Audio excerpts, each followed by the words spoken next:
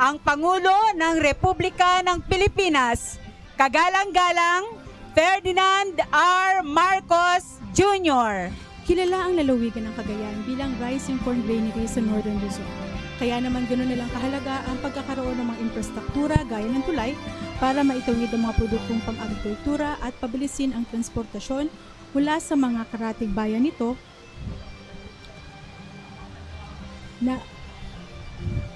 at isa na nga dito ang bagong tayong tulay, ang Camalaniugan Bridge. Magandang umaga bagong Pilipinas, ako si Katrina Abad. Live po ninyo kaming napapanood sa Facebook and YouTube pages ng Radio Television Malacanang at Presidential Communications Office. At ngayon nga po dumating na ang ating Pangulong Ferdinand R. Marcos Jr. sa bayan ng Camalaniugan kasama si Department of Public Works and Highways Secretary Vivencio Vince Dizon at Cagayan Provincial Governor Edgar Aglipay para isagawa ang pag-inspeksyon sa Camalaniugan Bridge. Inaasahang magtatapos sa Enero ng susunod ng taon itong Camalaniugan Bridge. Sila po ay sinasalubong nila DPWH Regional Director Matias Malenap at ilang local officials na pinangungunahan ni Camalaniugan Municipal Mayor Isidro Cabado at Apari Municipal Mayor Dominador Dayag. Bago nga po tumungo ang Pangulo sa Camalaniugan Bridge, kanyang pinasinayanan ang inaugurasyon ng Union Water Impounding Dam sa bayan ng Calabria, Cagayan. At para nga po bigyan tayo ng mas malalim na kaalaman, mga kasama natin si DPWH Project Engineer Elmer Escobar. Good morning, sir. Yes, ma'am. Good morning, ma'am Kat. Sir, could you give us a brief info, sir, itong proyektong po ito, itong Camalaniugan Bridge? Bakit po dito na isipan gawin po itong bridge na to? Actually, based on the feasibility study po, ma'am, ito po ay napili dito sa Camalaniugan, tawag nila is Apari West Camalaniugan, kasi po ito po yung pinakamadaling access po sa mga kababayan natin from the Apari West. So marami po tayong mga residente dyan, pagka umikot pa sila sa Magapit Bridge. So they took more than 1 hour po na makarating dito sa Camalaniugan, Municipality of Camalaniugan. Kasi so, sir, ito po yung pinaka northernmost na bridge po na meron tayo ngayon. Yes, according to the study, ito na po yung location is the best na location from them to travel the short distance na po na hanggang from 1 hour to 20 minutes na lang po. Mm-hmm. Sir, ito sir, bridge po ito, meron po itong haba ng 1,580 meters long po. Yes ma'am. Ano po yung mga salient features po nitong daan? Actually, itong 1.58 meters, dito po ay na-design po natin kung bakit na masabi na iconic structure ito. Based on the study, kasi this is a symmetrical structure of cable, they call it cable stage. Cable stage talaga ito na symmetrical with a total of 480 meters. 480 meters, if I'm not mistaken. So this one is yung dalawang span, ito is symmetrical Dalawang span po ito, ma'am, na yung dalawang span is, in each span po ito is 157.5 meters po.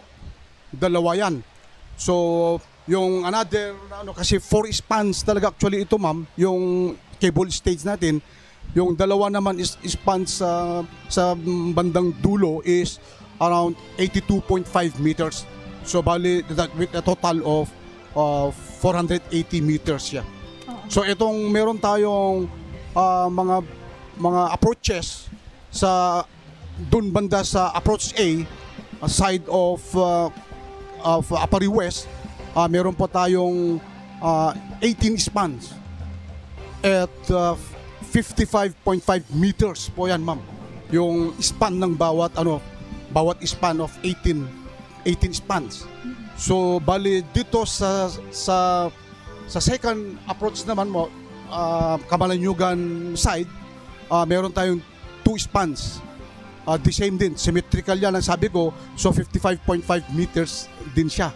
So to make a total of the total length of the bridge of around 1.58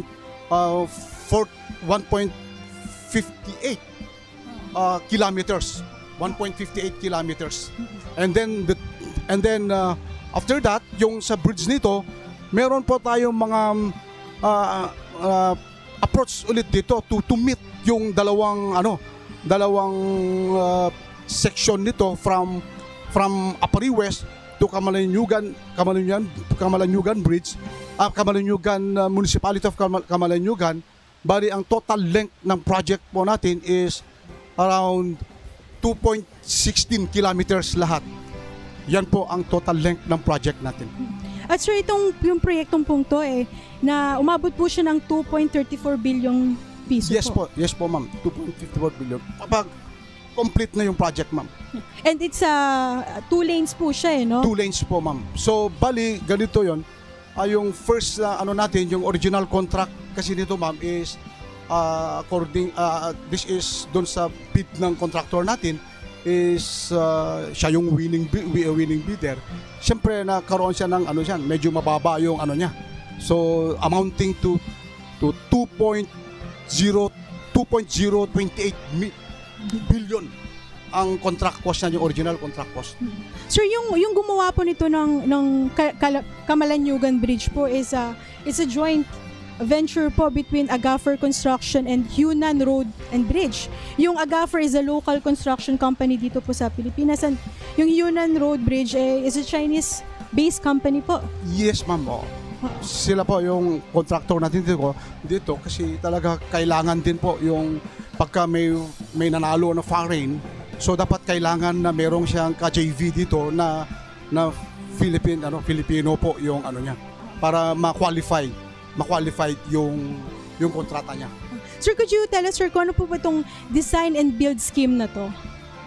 Yung design and build scheme, ma'am, actually, yan ang tawag nila sa status of construction ng isang proyekto. Bali, kung sabi na design and build, yun ang kailangan sila po yung magbigay ng final design, engineering, detailed engineering design na sabi. So sila ang nagde-design dun. Pero prior sa bidding, ang conceptual concept po ng project nito galing muna dito sa atin. Oo, sa kasi yung pangangailangan kasi natin. So for the bidding purposes lang yan. Pagkatapos kung sino na yung winning bidder, bali yun ma'am. Kaya tawag na design and build. They're the one to submit the final detailed engineering design for this project.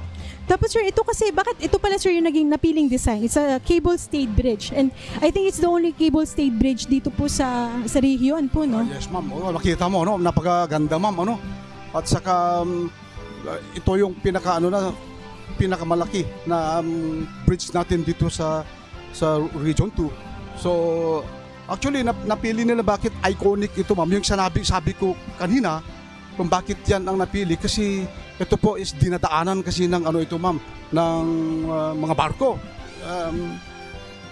maritime transportation. So yun po ang purpose na nasabi ko na yung dalawang span dyan is 157.5 meters each. So dalawang span yan para kasya, at saka mataas yung niya ma'am from the based sa maximum flood level, kasi siya hanggang dun sa girder is around 14 meters. Kaya yun ang design niya ma'am na napili na bakit siya naging ganito yung structure natin na cable stay.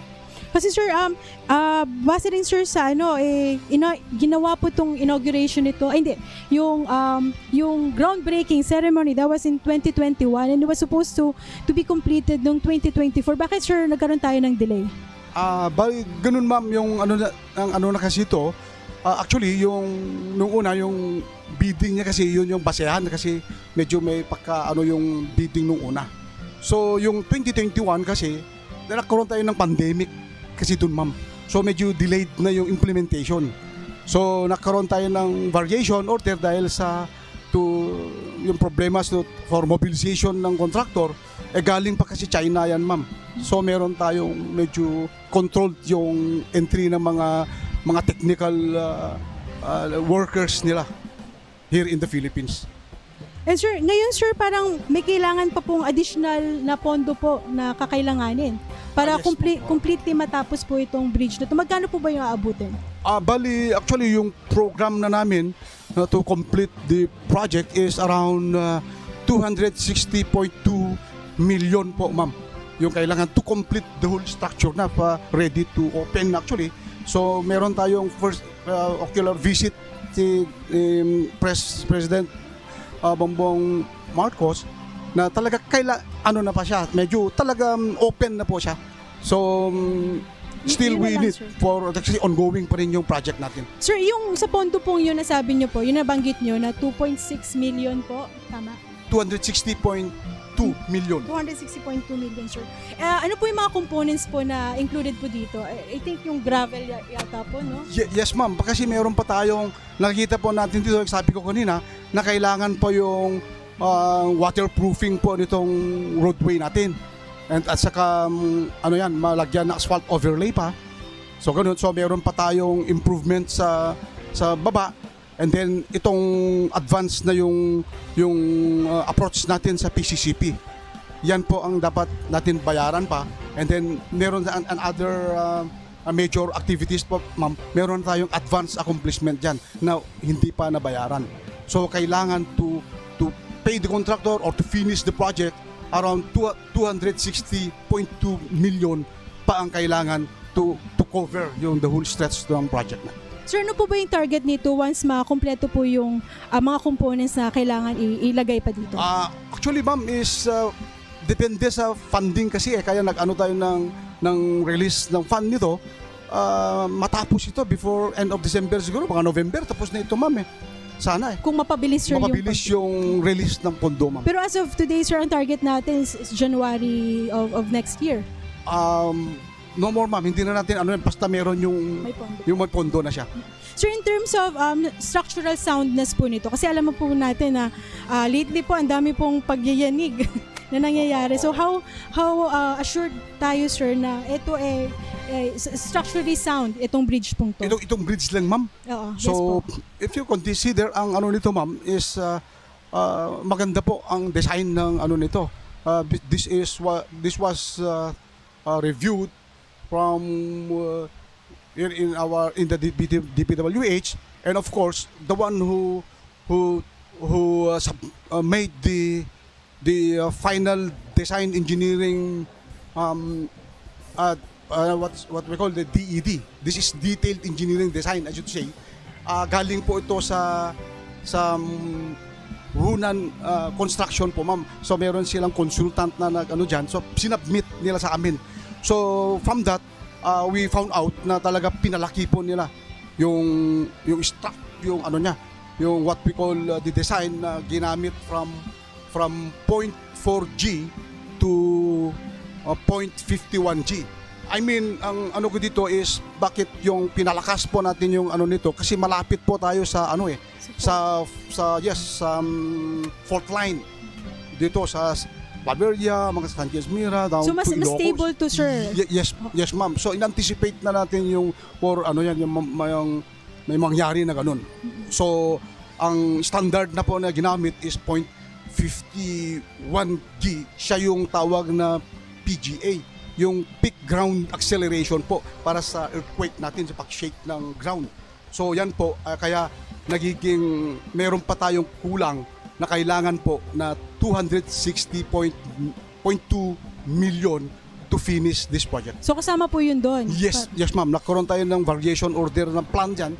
So kasi yung una, yung from 0.40G lang sa PG is talaga yun na ang na sinapmit ng na talaga na pag pinag-aralan nila yun, they evaluate it na talaga kulang po, medyo mahina siya. Kaya pinalakas yung strength po ng bridge nito, sir. In terms of, sir, sa weight capacity po ng bridge nito, mga ilan po yun? Ayun, okay na yung sa weight capacity. According sa hindi naman ako kasi designer, ma'am. Yung natin is around 45 tons. Talaga kaya. Pero pagka mag-hit yan, kaya pa, ma'am. Kaya yung Kasi nakita natin yung yung cable ba natin dito, ma'am, yung state cable, ma'am, very strong talaga yan. Tested yung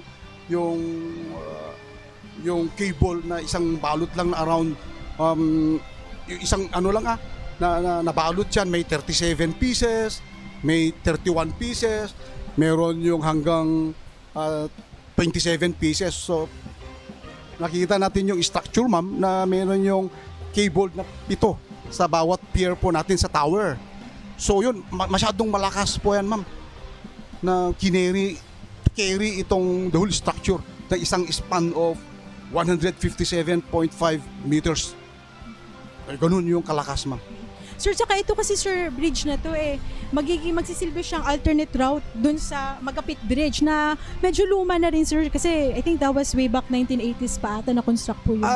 Okay, ma'am, buti nasabi mo yan kasi ito yung purpose na namin ngayon na to facilitate talaga tong completion ng project, ma'am, para ito, ma'am, yung sa Magapit Bridge meron tayong actually by 2025, ma'am, for major rehab na po yung yung Magapit Bridge na kasi more than 50 years old na rin ito, ma'am. So, kailangan talaga, ma'am, para gagamitin ito, yung Camalanyugan Bridge for an alternate road na lang po para may close muna yan for major repair. May close yung Magapit Bridge, ma'am. Yan,